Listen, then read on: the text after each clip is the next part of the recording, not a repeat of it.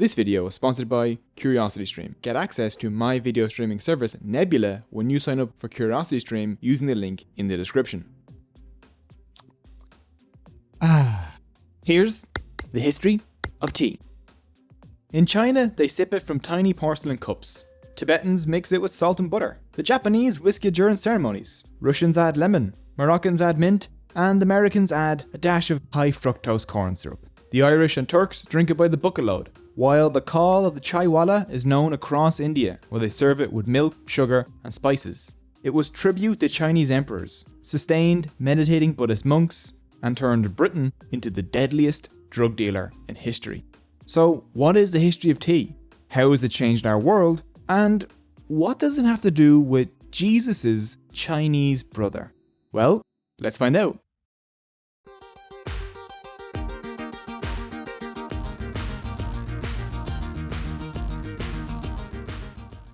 Tea hasn't always been a delicious infusion of leaves and hot water. No. The first humans who lived in teas in native regions around Assam in India and the Sichuan and Yunnan provinces of China chewed tea leaves for thousands of years before brewing them. When did we start drinking tea? Well, we don't know exactly. The most popular legend places its origin around 2500 BCE.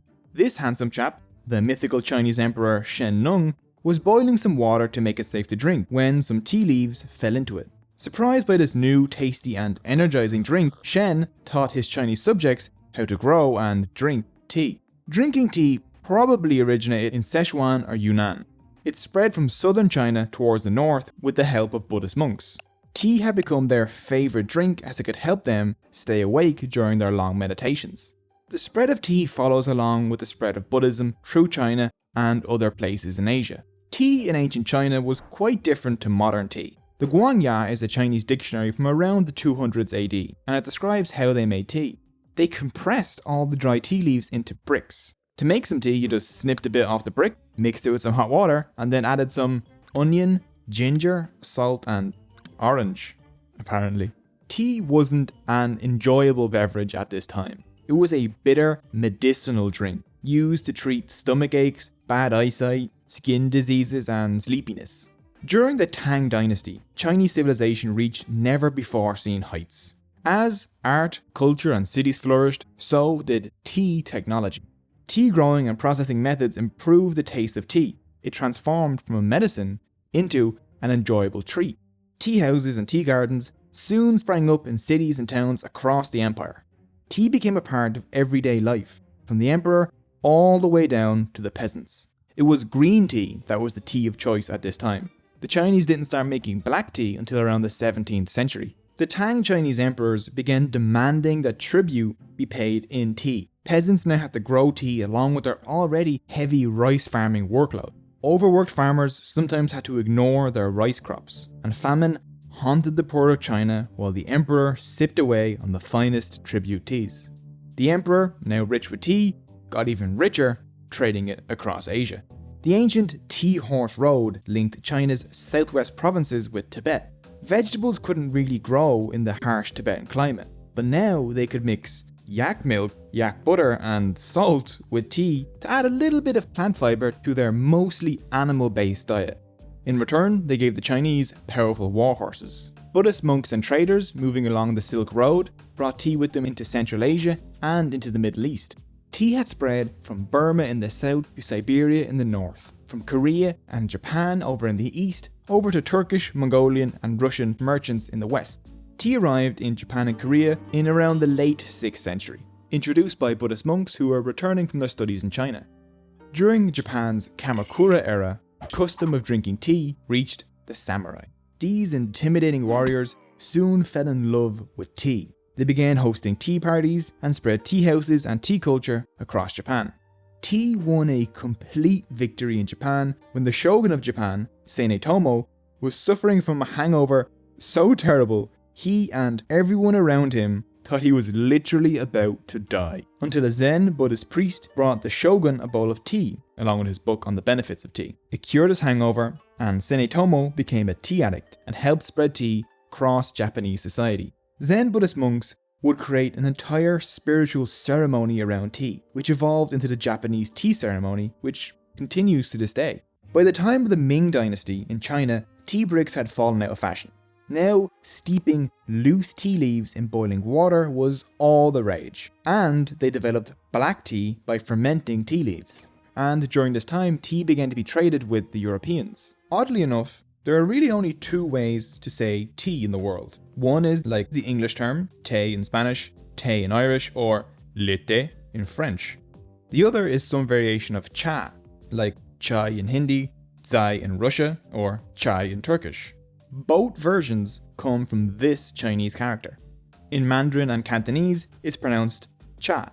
So if a language calls tea some variation of cha, then tea reached them overland by way of the Silk Road. But in Min Chinese, spoken in the coastal province of Fujian, the character is pronounced te. Fujian is where 17th century Dutch merchants traded with China. The te pronunciation spread to Europe by way of the Dutch. But the first Europeans to reach China were the Portuguese, who traded through Macau, where cha is used, which is why Portugal is the only cha user in a sea of tea. The Dutch brought the first shipment of tea to Amsterdam in 1610 and started spreading it around Europe. Europeans didn't quite take the tea. The price was a bit too steep for what they saw as a bitter and medicinal drink. To them, it was only useful for its ability to vanquisheth heavy dreams, easeth the brain of heavy damps, and openeth obstructions in the bowel. The first tea arrived in England in around 1645, but the English weren't keen either. They were coffee drinkers. That was until the Portuguese princess Catherine of Braganza and Charles II of England married in 1662. Catherine loved tea. The first thing she asked for when she landed in England was a cup of tea. Spotting a potential opportunity, in 1664, the British East India Company gifted Charles and Catherine 1 kilo of Chinese tea. Soon, all fashionable society wanted to be seen sipping tea just like the royals. The ironically named Honourable East India Company was founded in 1600 through a royal charter from Queen Elizabeth I. It received a monopoly on all English trade with the Far East. The East India Company grew enormously wealthy and was an empire in its own right. It could conquer territory, mint money, command armies, make war and peace, and collect taxes. In the early 19th century, it had twice as many soldiers as the British Crown.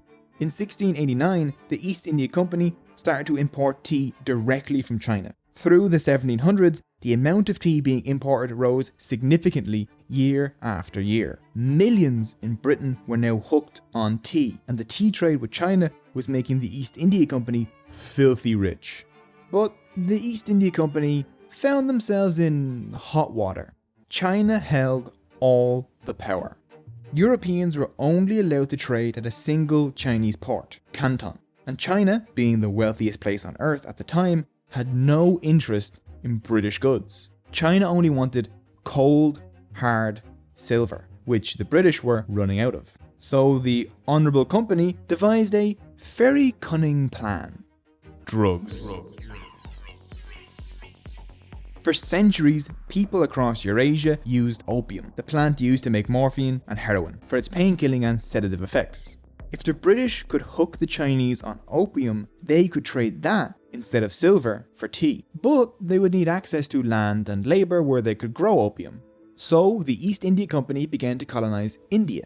In 1757, the Honourable Company won a decisive victory over the Indians at the Battle of Plassey, which gave them control over Bengal. Bengal, the richest place in India, worth about 12% of the world's GDP, was the proto-industrial, textile and shipbuilding capital of the world. Within 15 years of the East India Company seizing control, 10 million Bengalis were starved to death, and Bengal was deindustrialized and contorted into a massive opium field. The British drowned China with Indian-grown opium. Opium was already illegal in China, but by the middle of the 19th century, 1 in every 3 Chinese adults were opium addicts. By 1840, the opium trade brought Britain revenues of 3.8 billion modern dollars, and that rose to about 22 billion by 1879. The infusion of cash into Britain from the tea and opium trade let them build a powerful modern navy,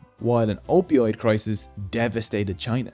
In 1839, the Chinese emperor was fed up. He sent an official down to Canton to deal with this crisis, and that official seized 1.2 million kilos of opium and dumped it into the sea. Soon, British gunboats opened fire on the Chinese.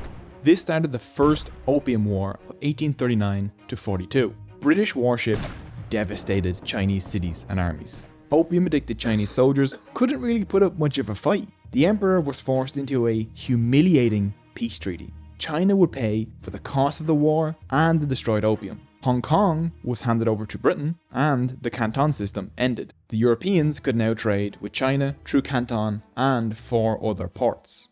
In a now bankrupt, war-torn, and drug-addicted China, things began to boil over. In 1850, a rebellion against the Qing dynasty was led by Hong Xiuquan, the self-proclaimed brother of Jesus Christ? Yeah, I know. Didn't expect that. This rebellion killed about 30 million people. And during this rebellion, the British and French launched a second Opium War in 1856. The emperor was again forced to negotiate, and even more Chinese ports were open to foreigners, and opium was legalized in China. By 1800, enough tea was being imported into Britain to provide 1 kilo of tea per person per year. That's about 600 cups. Tea had now become a staple of British life for all classes. British and tea were inseparable. The British Empire was riding a wave of tea, but they were keenly aware that it was the Chinese that grew it, processed it, and sold it to them at a lucrative profit. Why should China make a fortune off its own product when the East India Company could take that fortune instead? From around 1778, the British had been aware that tea plants grew wild in Assam in India. Stripped of its trade monopoly with China in 1834, the East India Company finally started paying attention to native Assam tea. The company discovered you could make decent tea from Assam leaves, but they couldn't make Assam tea taste as good as Chinese tea. So back to the drawing board they went. Assam was a low-lying tropical region, but the Himalayan region had similar growing conditions as China's best tea regions. Assam tea didn't grow well there, but if they could get their hands on some Chinese tea plants, everything would fall into place. The trouble was that the Chinese government banned Chinese citizens from sharing any information on growing or processing tea or trading tea plants with foreigners. So, if the East India Company wanted tea for India, they were going to have to steal it.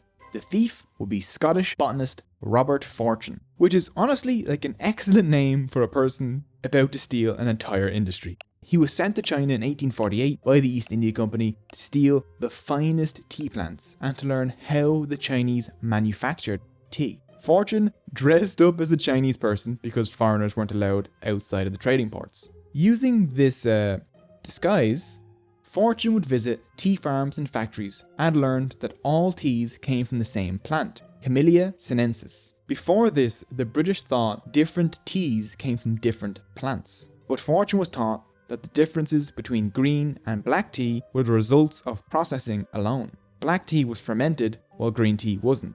After years in China, Fortune learned the entire tea making process, obtained all the necessary equipment, sent back thousands of tea plants from China's best tea growing regions, and somehow managed to convince 6 Chinese tea masters to go to India with him. Within years, India's tea industry was outproducing China's and doing it for a lower price.